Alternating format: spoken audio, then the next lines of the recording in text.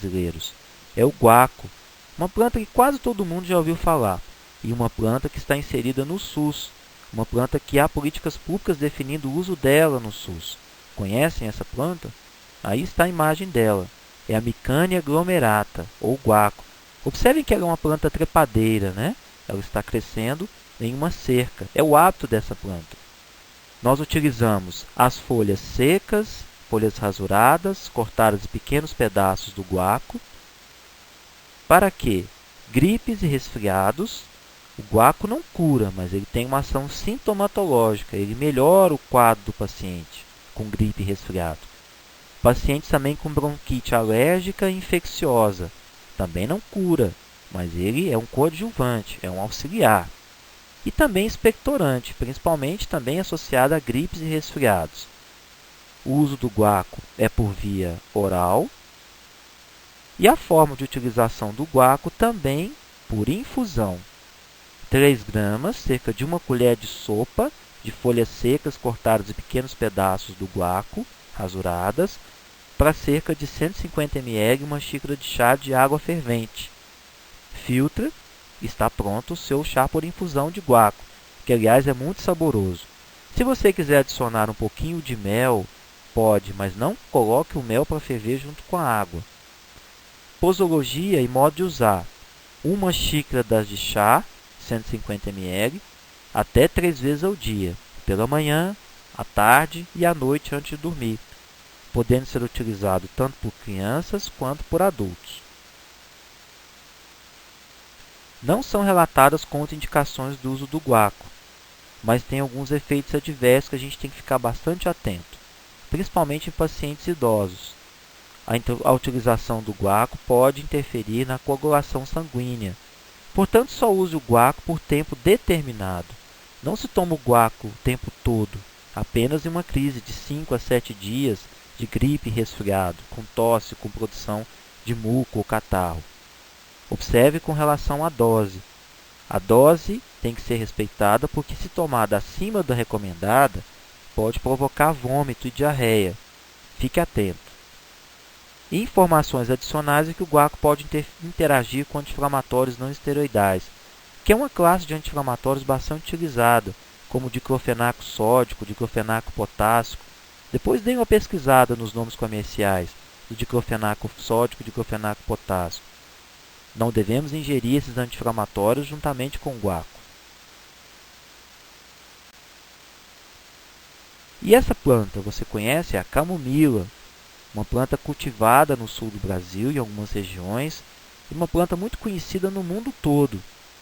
Observe o crescimento da camomila e observe que nós vamos utilizar da camomila apenas as flores, ou capítulos florais, ou inflorescências da camomila. Mais nada serve na camomila para se preparar um chá por infusão. Não se usa folhas, não se usa talos. Fique atento à qualidade da camomila que você compra, ou que você recomenda. Usamos as flores de camomila secas para cólicas intestinais. Usamos também em quadros leves de pessoas ansiosas e como calmante suave. Bom, eu sou suspeito para falar, mas a infusão de camomila tem um sabor muito agradável e, se tomada à noite, provoca um relaxamento muito bom. Via oral e a forma de utilização da infusão é 3 gramas, aproximadamente 1 colher de sopa, em 150 ml, uma xícara de chá. A posologia e o modo de usar: 1 xícara de chá, feito por infusão, 3 vezes ao dia, de manhã, à tarde e à noite antes de dormir. O uso pode ser feito adulto e crianças. No caso da camomila, não precisa você utilizar uma compressa quente. Basta ser uma compressa fria a morna. E também para bochecha e gargarejo, essa quantidade de 150 ml, em cada vez que fizer um bochecho ou gargarejo, frio ou morno. Também de 3 a 4 vezes ao dia. Não se esqueça de escovar os dentes após a aplicação do bochecho ou gargarejo. Não são relatadas contraindicações para a camomila, mas há pessoas que são alérgicas. É muito raro, mas pode acontecer. Fique atento.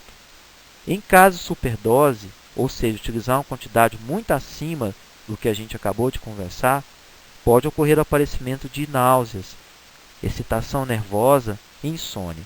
Ou seja, se você orientar bem a quantidade necessária para o preparo e o tempo de uso e a forma de utilização, isso não vai ocorrer. Não aplicar infusão na região próxima aos olhos.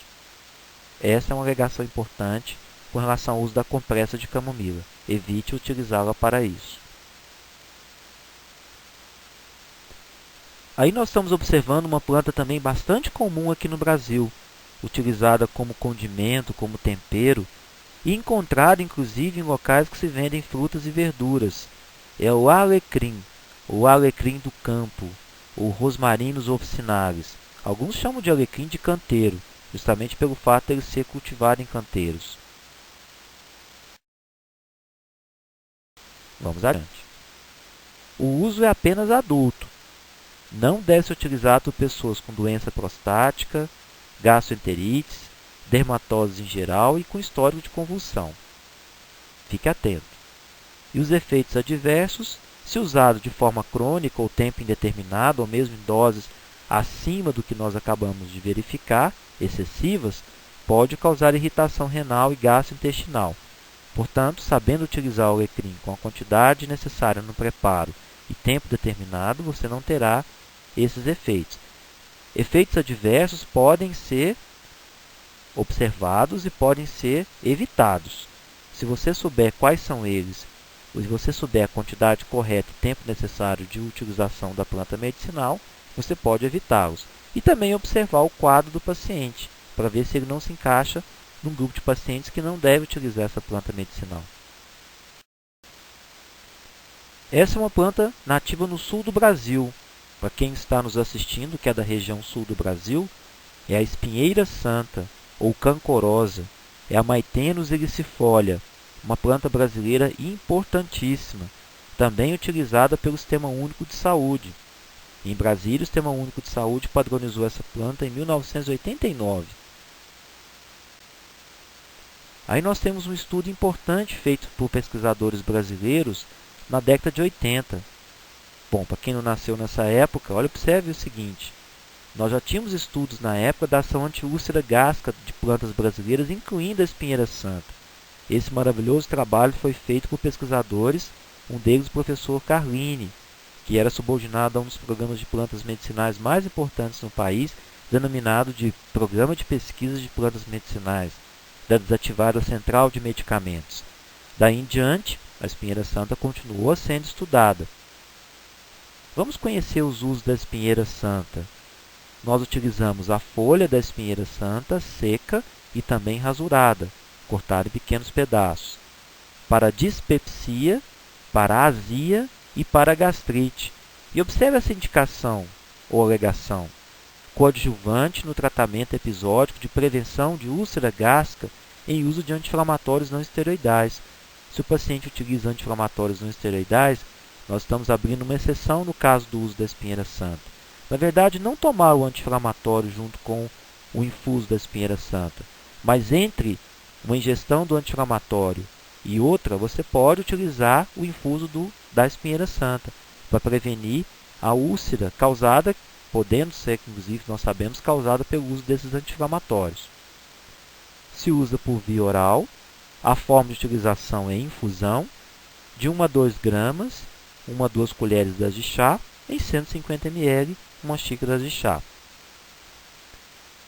Nós utilizamos uma xícara de chá de 3 a 4 vezes ao dia, principalmente quando sentir mal-estar. Isso se refere muitas vezes após as refeições principais e antes de dormir.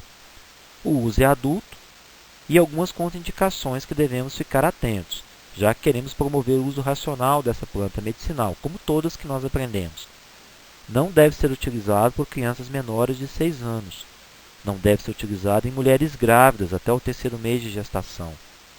E não utilizar em mulheres que estejam amamentando, lactantes, pois nós sabemos que a espinheira santa promove a redução do leite, o que não é ideal para essas mulheres que querem amamentar.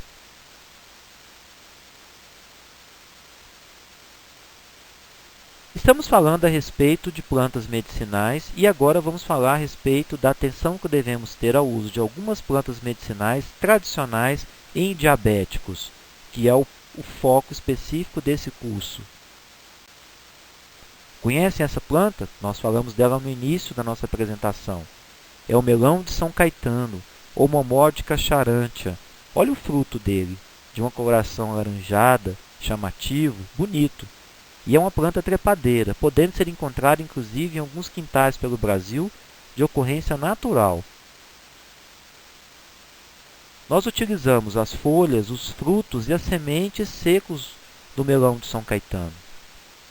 E essa planta, segundo a RDC 10 da Anvisa, que nós estamos trabalhando, é alegada para dermatites, irritação da pele e escabiose ou sarna, mas para uso tópico, pessoal, não é para ingestão, apenas via tópica.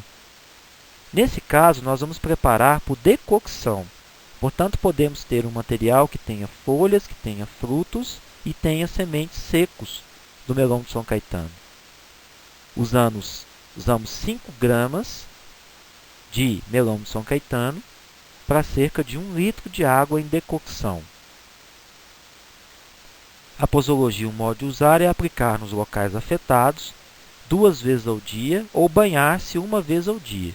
Podemos utilizar uma compressa ou simplesmente lavar o local, banhar o local 1 vez ao dia com essa preparação, com esse decocto. O uso é apenas adulto. E aí a informação adicional, já que nós estamos falando a respeito do uso de plantas e chamando a atenção com relação ao uso por diabéticos.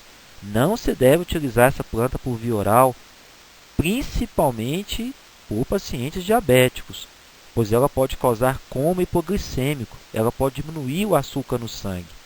Inclusive, ela pode interagir com medicamentos que são utilizados pelos diabéticos como hipoglicemiantes. Fique atento com relação ao uso do melão de São Caetano, apenas uso tópico. Não utilize por via oral e principalmente observe se algum paciente diabético está utilizando essa planta. Não deve utilizar para ingestão. Esse é o alho, que nós utilizamos na cozinha como condimento, uma planta de uso mundial. É o Allium sativum. Vamos conhecer um pouco em relação ao uso dele medicinal e vamos conhecer se existe alguma contraindicação por diabéticos. O alho deve ser preparado por maceração com água. Muita gente tem o hábito de preparar alho por infusão e até decocção. Nós aprendemos aqui na aula. Mas o alho não. O que é maceração com água? É uma preparação que consiste no contato do alho, no caso, nós estamos falando sobre ele, da droga vegetal, com água fria, a temperatura ambiente, por um tempo determinado. Nós não vamos ferver e nós não vamos juntar o alho com água fervida.